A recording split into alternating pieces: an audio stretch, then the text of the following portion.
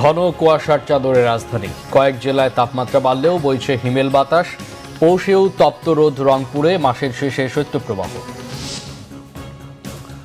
দেখছিলেন গ্রাউন্ড 7 সংবাদ শিরোনাম, এবার বিস্তারিত। বাংলাদেশ এবং পাকিস্তানের মধ্যে দ্বিপক্ষীয় সম্পর্ক জোরদার করতে একমত হয়েছেন প্রধান উপদেষ্টা ডক্টর মোহাম্মদ ইউনূস ও পাকিস্তানের প্রধানমন্ত্রী শাহবাজ শরীফ। মিশরের রাজধানী কায়রোতে D8 সম্মেলনের সাইডলাইনে দুই নেতা বৈঠকে মিলিত হন।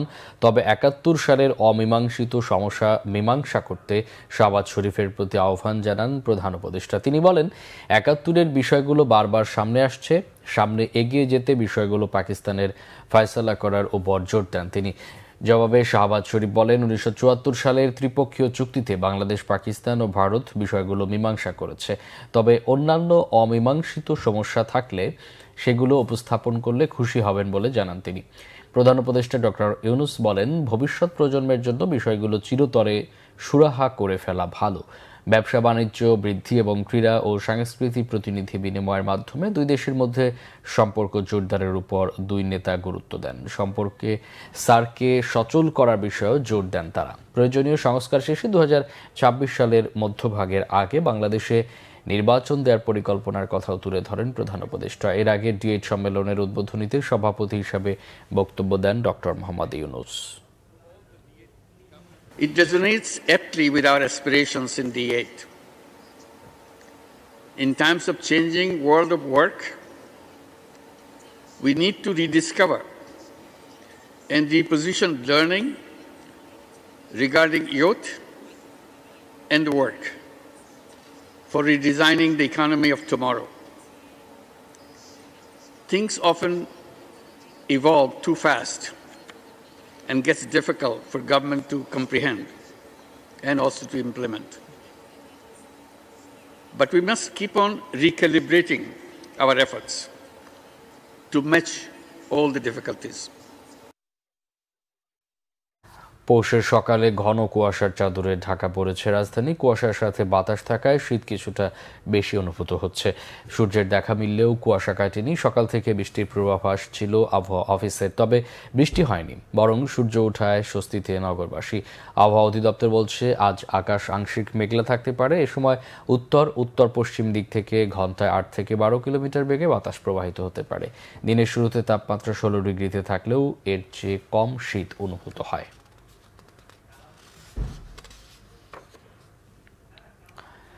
মৃদু শৈত্যপ্রবাহের পর গত কয়েকদিনের খুলনায় তাপমাত্রা বেড়েছে দেশের বিভিন্ন জেলায়।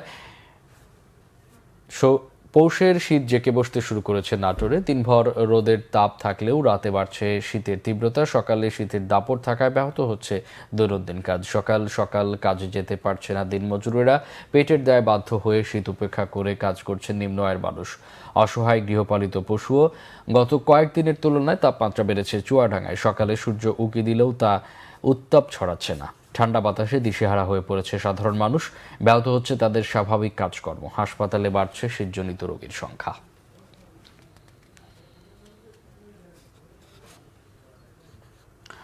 পৌষের শুরুতে হঠাৎ শীত হারিয়েছে উত্তরে।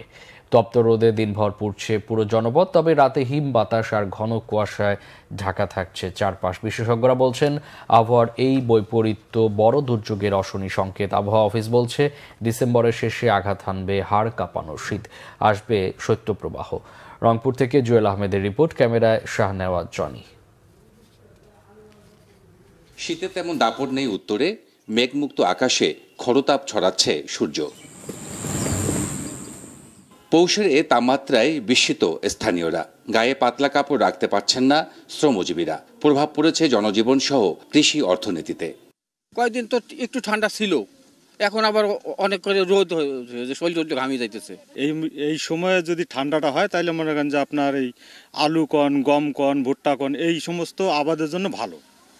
আর এই ঠান্ডাটা যদি অসময়ে হয় তখন কিন্তু আবাদে বিশাল একটা ক্ষতি হয়ে যাবে। মানে গরমের সময় যেরকম গরম, চৈত বৈশাখ মাস সেই গরম আর কি শুরু হয়ে গেছে। কখন শীত শুরু হবে, কখন বৃষ্টি হবে বোঝা যাচ্ছে না কিছু।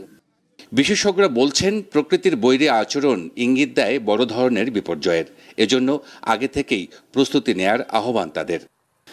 এই সময়টাতে যে পরিমাণ টেম্পারেচার থাকার কথা সর্বোচ্চ এবং সর্বনিম্ন সেটা আসলে থাকতেছে না, অর্থাৎ প্রকৃতির সাথে যে স্বাভাবিক অবস্থা সেটা নাই। যে পরিমাণ মানুষজন বেড়ে যাচ্ছে, যে পরিমাণ প্রাণী বেড়ে যাচ্ছে, ওই পরিমাণ ফরেস্টেশন হচ্ছে না, যে পরিমাণ গাছগাছালি হচ্ছে না, ট্রি প্ল্যান্টেশন হচ্ছে না, তো সব মিলিয়ে কিন্তু এটা হচ্ছে। দিনের টেম্পারেচার এত বেশি বেড়ে যাচ্ছে যে রাতেরটাতে এই হিমাঙ্কের নিচে চলে আসবে একটা সময়। এই কোল্ড ডিজাস্টারের জন্য যদি এখন এটাকে ডিজাস্টার হিসেবে যতক্ষণ না স্বীকৃতি দিবে, আসলে প্রাতিষ্ঠানিক গবেষণা শুরু করার সুযোগ নাই। গেল 4 দিন বিভাগে সর্বোচ্চ তাপমাত্রা রেকর্ড করা হয়েছে 28 ডিগ্রি ও সর্বনিম্ন 15 ডিগ্রি সেলসিয়াস। যদিও গত বছর একই সময়ে তাপমাত্রা ছিল সর্বনিম্ন 8 degree Celsius. Jewel Ahmed, Bangla vision, Rangpur. টঙ্গীর ইজতেমা ময়দানে সংঘর্ষে প্রাণহানির ঘটনায় সাদপন্থী 29 জনের নাম উল্লেখ সহ অজ্ঞাত কয়েকশো জনকে আসামি করে মামলা করেছে জুবায়েরপন্থী গ্রুপ। গ্রেপ্তার করা হয়েছে সাদ অনুসারী একজনকে। বৃহস্পতিবার সন্ধ্যায় মাওলানা জুবায়ের অনুসারী SM আলম হোসেন বাদী হয়ে টঙ্গী পশ্চিম থানায় এই মামলা করেন। বিষয়টি নিশ্চিত করেছেন Gazipur metropolitan police commissioner doctor Nazmul Karim Khan. Ijtema ময়দান ও আশপাশের এলাকায় সেনাবাহিনী, র্যাব, বিজিবি সহ আইনশৃঙ্খলা রক্ষাকারী বাহিনীর সদস্য মোতায়েন রয়েছে। মাঠের ভেতরে কাউকে প্রবেশ করতে দেওয়া হচ্ছে না, তবে নিজেদের মালামালের নিরাপত্তার জন্য প্রায় 500 মুসল্লি এখনও ময়দানের ভেতরে অবস্থান করছেন বলে জানিয়েছে পুলিশ। এর আগে 18 ডিসেম্বর থেকে পরবর্তী নির্দেশ না দেওয়া পর্যন্ত বিশ্ব ইজতেমা ময়দান সহ আশপাশের 3 কিলোমিটারের মধ্যে জনসাধারণের প্রবেশ নিষিদ্ধ ঘোষণা করেছে পুলিশ। ময়দান সহ আশপাশের 2 বা ততোধিক ব্যক্তি একসাথে ঘোরাফেরা, জমায়েত এবং কোনো মিছিল সমাবেশ না করতেও বলা হয়েছে। এই ছিল এখনকার মতো। পরে সংবাদ বেলা 11টায়। এছাড়া বাংলা ভিশন সংবাদ ও সংবাদ সংশ্লিষ্ট অনুষ্ঠান দেখতে ভিজিট করুন www.bvnews24.com ও facebook.com/banglavisionnews এবং সাবস্ক্রাইব করুন youtube.com/banglavisionnews। এতক্ষণ সাথে থাকায় অসংখ্য ধন্যবাদ।